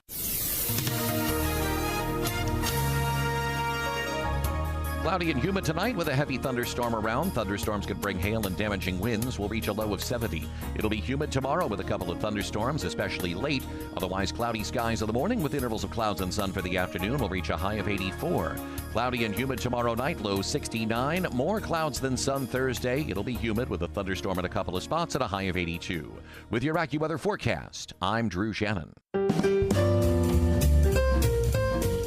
From Christ Community Church of the South Hills, Terry Tim is with us. Terry's a regular guest on our show over these many years. And Terry, we don't want to delve into your personal life too deeply, but we do know that you and your family have been suffering through some different medical maladies over these many years. And when Kath and I talk about you, we talk about you oftentimes as a friend, but also as a caregiver and the work that you do to support those that you love around you. Can you talk to us about that a little bit? Thanks for the opportunity. And I want to say thank you to both of you for caring for me as friends and as sisters and brothers in Christ. One of the things that has been amazing over the last couple of years as my family and I have just struggled with personal health issues is the love of friends and sisters and brothers in Christ in tangible ways, in text messages, phone calls, Facebook messages. It's really a beautiful thing when the community of God and the community of people, we surround one another in love. 4 years ago, I was on sabbatical, and I was in Ireland, and the Celts, when you go to these ancient sites, the Celts had constructed all these round stone structures. And it's this reminder that we are encircled by the presence of God, and friends and family step in to be God to us in terms of mediating the presence of God through that love and care. So thank you to both of you for being a caregiver to me. I have to be honest, caregiving does not come naturally to me. I am not the best caregiver. There's a personality assessment called Strength Finders, and it lists your 34 signature themes of strengths. And my number 33, next to the bottom, is empathy. I always tell my people, how does it feel to have a pastor whose second lowest strength is? Good job there. Yeah, but we learn. We learn alongside. I think we've been walking with our daughter through some significant health crisis, and we're kind of in lockdown mode. I heard you talking about COVID earlier, and we've avoided COVID. Nobody in our family, immediate family, has had it. We're like, oh my gosh, and she's incredibly susceptible right now. She's in a 100-day window, and about day 43 to 100 days of rebuilding her immune system. But for me, I think the key in caregiving is presence. Presence. Being present with people. Jesus was a master at this. Yeah, Emmanuel, God with us. And quite often when people are facing traumatic things, the truth is there's very little we can do. And sometimes there's nothing we can do but be with the person who is suffering emotionally, physically, spiritually, relationally. To just be present, to sit with them, to listen to them, and sometimes just no speech at all. Often my daughter, she'll sit on our deck, and we'll just sit there, and for 5 minutes, 10 minutes, 15 minutes, no conversation, but just knowing that she's not alone. So if you know someone, be present to them and manifest care through that. There's also, there's a time to bring real help to people in real need. And that can be, simple things. Today my daughter said, Dad, I have a craving for Dunkin's iced chai latte. like the last thing I want to do is get in my car and drive down to Dunkin'. Right. Like, okay, we'll do that. If that's the itch that you have in this moment, and I can meet that practical, tangible need, I'll do it. Henry Cloud says, we need to discern, do people need hope or people need help? And sometimes they just need a word of hope. It's going to be okay. You can get through this. And sometimes they need help in the form of an iced chai latte, and you do the practical thing. So I love that. Whatever it takes as a caregiver. I love that. Terry, I pray for your family every day, and I always pray for them by name. And so I want to ask you in particular about your wife, because she's been that main person for your daughter. Yes. And in the kind of treatments that your daughter has, that main person is like particularly significant for a couple of ways that we don't really have to go into, but it's hard to be that main person. So can you talk about that, about the fact that you've been also supporting your wife as you're supporting your daughter together? Yeah. Patty is Abby's primary caregiver, and it's demanding. I mean, this has been going on for weeks and months, and that day in and day out stress is hard to imagine. So being there and just being patient. Love is patient. Love is kind. Love does not seek its own way. Because of my daughter's compromised system, I mean, I'm out of the house. I'm working out of my basement. I come in and out of my basement, but I'm actually staying in another place. So I don't even see my family very often. But upholding one another in prayer, tangibly, doing what you can. Caregiving is hard. It's really, really hard. My wife is kind of a double-edged sword as a caregiver. She's a nurse by training, which is really helpful when somebody's struggling medically. But as a nurse, she knows too much about what could happen, what's possible. Sure. So the emotional stress of that and the burden is really hard. So just praying for peace, for well-being, for rest for caregivers is a real gift that you can bring to those who are on the front lines of caregiving. Fabulous. Peace and presence. We've been talking with Terry Tim. He's a pastor of Christ Community Church of the South Hills. Terry, my ask is this to all of our listeners out there right now. If you consider yourself to be a prayer, some people say, I'm a prayer warrior. Well, we need you. And we would love to have you as part of this to pray for Terry, for Terry's daughter, Abby, for the extended family of Terry Tim as they go through this process, and we can lift them up as we know Jesus can do all things through him. And Terry, we just pray for you and for your peace and your safety and for the presence of Christ and Abby in your life. Thank you, John. Thank you, Kathy. And thank you to all the listeners who would offer a prayer for us. It is much appreciated. Thank you. Our pleasure. Truly it is. We love you. Abby and Terry Tim, prayers for them. Put them on your prayer list, please, to lift Abby up. 101.5 WORD. Plan now to join Word FM Tuesday, August 16th aboard the Gateway Clippers Empress for another fabulous dinner cruise. From 6:30 to 9, relax in the company of fellow believers as you enjoy a fantastic dinner buffet, music, and stunning views of the city skyline. The Ride Home's John and Kathy will be your cruise directors for this amazing night, sponsored by Trinity Jewelers. Don't miss the boat. Last year's event completely sold out. Reserve now at wordfm.com/dinnercruise. My dad is one of my favorite people of all time. Sometimes my eyes feel rolly when he's giving advice, but I've learned more from Dad than anyone. Like how saving a few pennies here and there can often be a big deal down the road. One of my favorite dad lessons was, if you're staying at a hotel and you can't see your car from your window, you probably pay too much.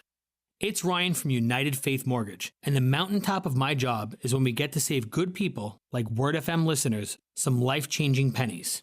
It's why we're so proud to have our direct lender advantage. Our team is an arm of a bigger company who is a direct lender. Our company uses its own money within its own walls, and there's no middleman. For you, this often allows us to get you a better rate, saving you monthly and lifelong money on new home purchases or refinances. If you'd like to chat, you can find me and Dad at UnitedFaithMortgage.com. We pay $1,000 a year closing costs on new home purchases. United Mortgage Corp, Melville, New York. MLS number 1330. Department of Banking. Mortgage Lender License number 22672. If you have certain chronic conditions such as heart disease, asthma, diabetes, and you're 19 years of age or older, 52, 36, 42, you may be at increased risk for pneumococcal pneumonia. Ask your doctor or pharmacist about getting vaccinated with Prevnar 20, pneumococcal 20-valent conjugate vaccine, a Pfizer vaccine that can help protect against pneumococcal pneumonia in just one dose. Prevnar 20 is approved for adults to help prevent infections from 20 strains of the bacteria that cause pneumococcal pneumonia. Continued approval may depend on a supportive study. Don't get Prevnar 20 if you've had a severe allergic reaction to the vaccine or its ingredients. Adults with weakened immune systems may have a lower response to the vaccine. The most commonly reported side effect was pain at the injection site. For additional common side effects and full prescribing information, please call 1-855-213-2138 or visit Prevnar20.com. I'm going to ask my doctor about getting vaccinated with Prevnar 20. This is Tim Seckler inviting you to tune in each and every Saturday morning at 9 a.m. right here on Word FM 101.5 for the Life and Legacy Show, sponsored by my law firm, the Seckler Law Firm. Each week, we'll talk about your family's well-being as it relates to elder law, nursing home stays, estate planning, and keeping your hard-earned savings. And if you missed the Life and Legacy Show, you will find it archived at SecklerLawFirm.com. See you Saturday morning at 9 a.m. right here on Word FM 101.5 for the Life and Legacy Show.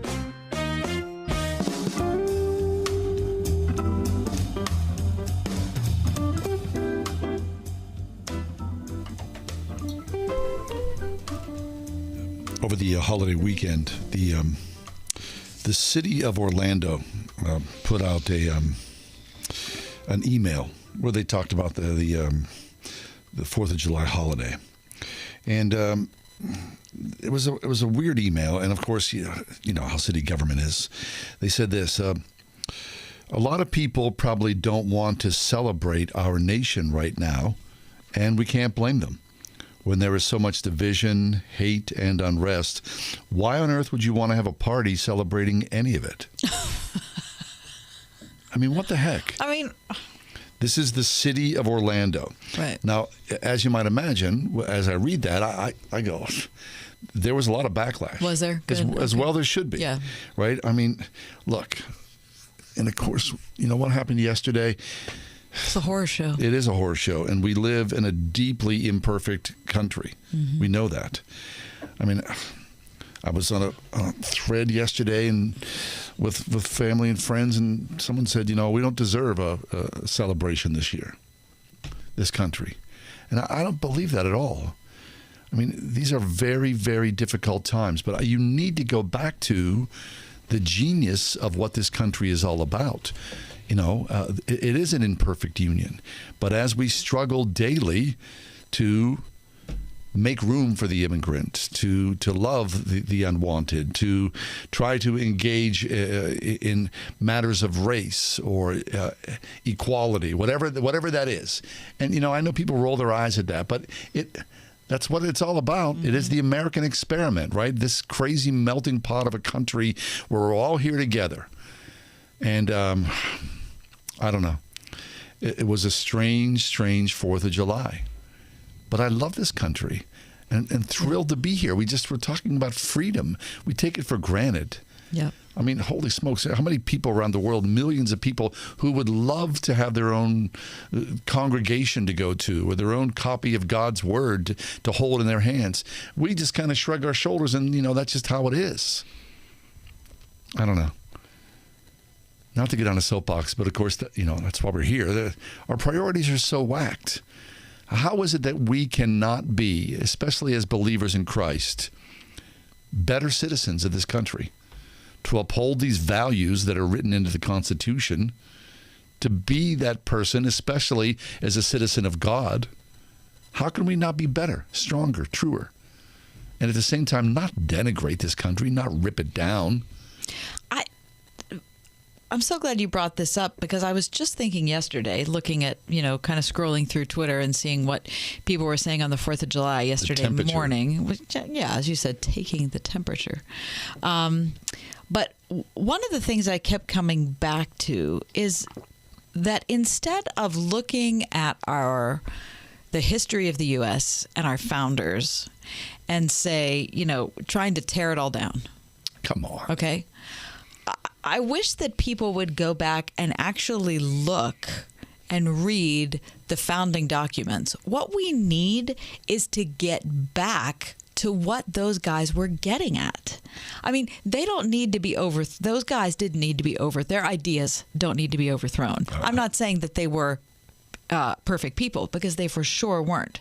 But if you look at the ideals that formed the country, our problem is that we're distant from them. It's not that the ideals are the problem. We're the problem. Right. So it's not that there's nothing to celebrate in America. There is so much to celebrate in America. What we should grieve over, which is appropriate too, is how far we have lapsed from what the original founders of our country set up for us to do. So no. Not set up for us to do. The vision. The vision that they had for how people could live together. To a more perfect union? Yeah. Is there such a place like that on this earth? I believe that we're the only country that even strives to that, obviously, as screwed up as we've made things, to a more perfect union. I don't know. We're talking in the 4 o'clock hour with David French about how bad things are. And, of course, if you want to, drill down into how bad things are, it's easy to get depressed in this country, isn't it? Because everywhere you look, it's like, what the heck is going on? We dislike each other. I would say we hate each other. Rage is on people's minds, especially in their thoughts and their actions, right? What do we do here as a country? I don't know, but the answer, you're right, is to not tear the country down. Okay, I read this yesterday too. This blew my mind. By signing the Declaration of Independence, 56 Americans that did that. They pledged their lives, their fortunes, and their sacred honor, right? No idle pledge. 9 signers died of wounds during the Revolutionary War. 5 were captured or imprisoned. Wives and children were killed, jailed, mistreated, or left penniless. 12 signers of the Declaration of Independence houses were burned to the ground. 17 of them lost everything they owned, and not one signer defected. Their honor, like the nation, remained intact. That's from a plaque at the Capitol. Remained intact. Not one signer defected. 17 of them lost everything they owned for this experiment that we treat like, oh, well, there's nothing to celebrate. So what is it? What have we done? How are we so disconnected from each other? Why is there such distrust? You think about all those people who died in all the wars to create this more perfect union. And it's such a mess. And we have to point the finger, especially as believers in Christ, right? We should be people of the truth. And not to meld the two together, but they are melded together. And this is not a Christian nationalist perspective, but God's word and the word of this country, the two together, create that more perfect union. I truly believe that. So what do we do? How do you... have we reached the point where we cannot hit the reset button anymore? Are we headed towards a dissolution of this union? I mean, that seemed laughable to me a while ago. Yeah, it's not but now you laughable kind of anymore. go, yeah, people are so angry, so upset, you know. Don't you think, though, like reading these facts about the signers of the Declaration of Independence, they all sacrificed. I mean, some of them sacrificed everything they owned. 17 of them lost everything they owned. So they knew that sacrifice was caught up in their commitment. It was going to require it. But it seems like we are not willing to sacrifice anything. Even the smallest things we don't want to sacrifice. Well, you know the sacrifices. The men and women who join the military, Right. they go support this country, but that's a tiny, tiny percent. But the average one of us, we're really bad at sacrificing We're anything. entitled. Right. So maybe that's why we've become so poor in our outlook, is because we're so far away from the idea of sacrifice, which is what made the country go. I don't know. It feels as though everyone's spoiled. Mm-hmm. Everyone just thinks about themselves. We're all about me, me, me. The idea of America, that more perfect union, has gone from the conversation. And a more perfect union, that doesn't indicate that the union was perfect at the start.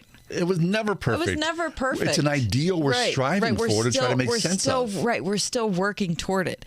So all of your dissatisfaction that the country is imperfect, Get used to it. Yeah, it's always been that They way. were doing that in 1773 Exactly. or 4 or 5. Right, 1950 might have been a great year for your family, but for a lot of families in the country, that was not a good year. 100%. So we're still working toward that.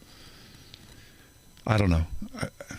And again, I just need, as believers in Jesus Christ, what is our role in this, as you're saying, Kath, the sacrifice towards a more perfect union? I mean, we're as guilty as anybody, if not more so. We're angry. We're divisive. We're ready to point the finger. How do you surrender that? The ego. I don't know. That's what it's about, though.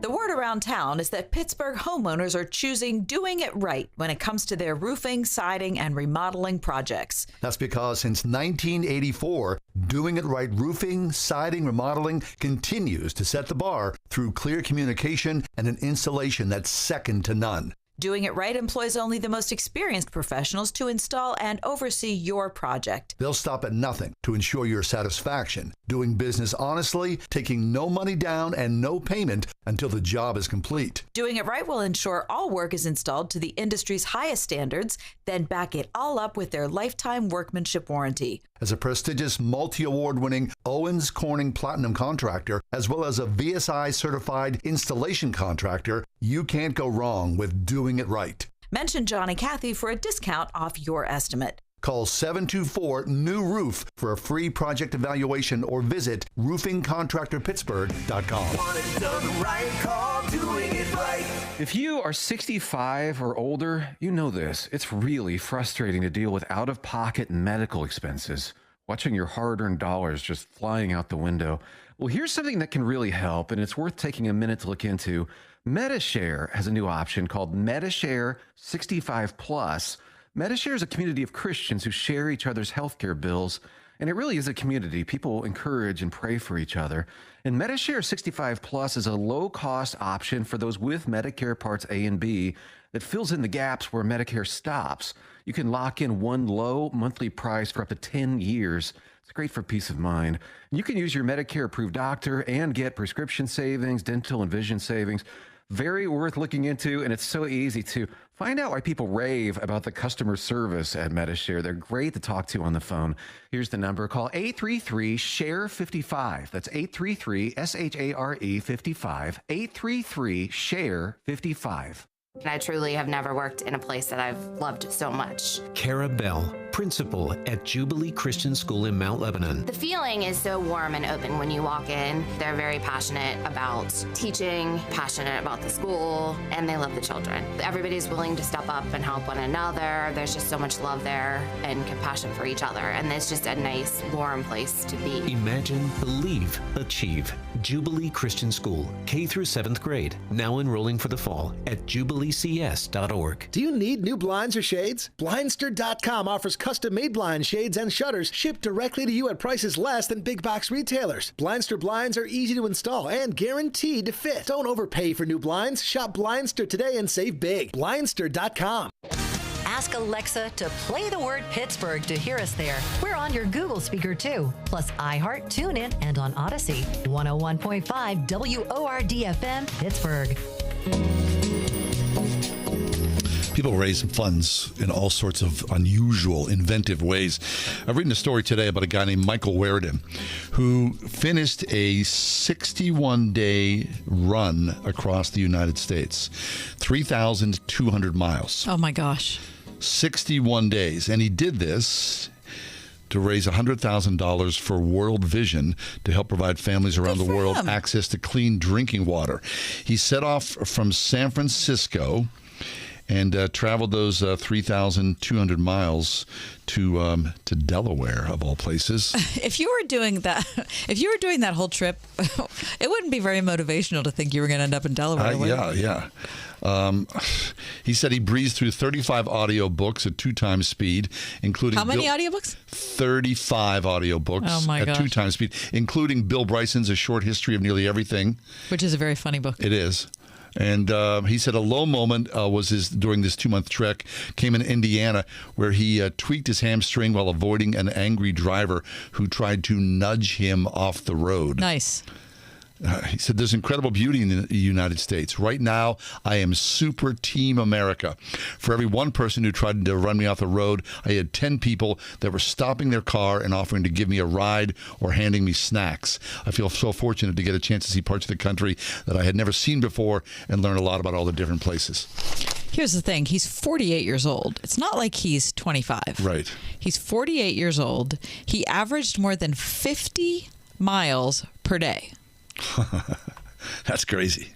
I mean, that Running. is outrageous. 61 days. Yeah. 3,200 miles. Yeah, he said he thought it would always be cool to attempt this, but life got in the way, so it took me 20 years, but I finally put the plan in place. Inspired by Forrest Gump. Run, Forrest, run. Now, also, did you say that he was a professional ultramarathoner? I did not. Yeah, probably. Right, It's not like it was some dude. No, just some guy waiting for a bus. Right, like decided to run. Like some bank executive or a plumber who was like, I should do. No, it wasn't like that. I mean, this is someone who knows what he's doing. He's twice completed the World Marathon Challenge, which requires participants to run 7 marathons on 7 continents in 7 days. Holy smokes. So I wonder what World Vision's response is.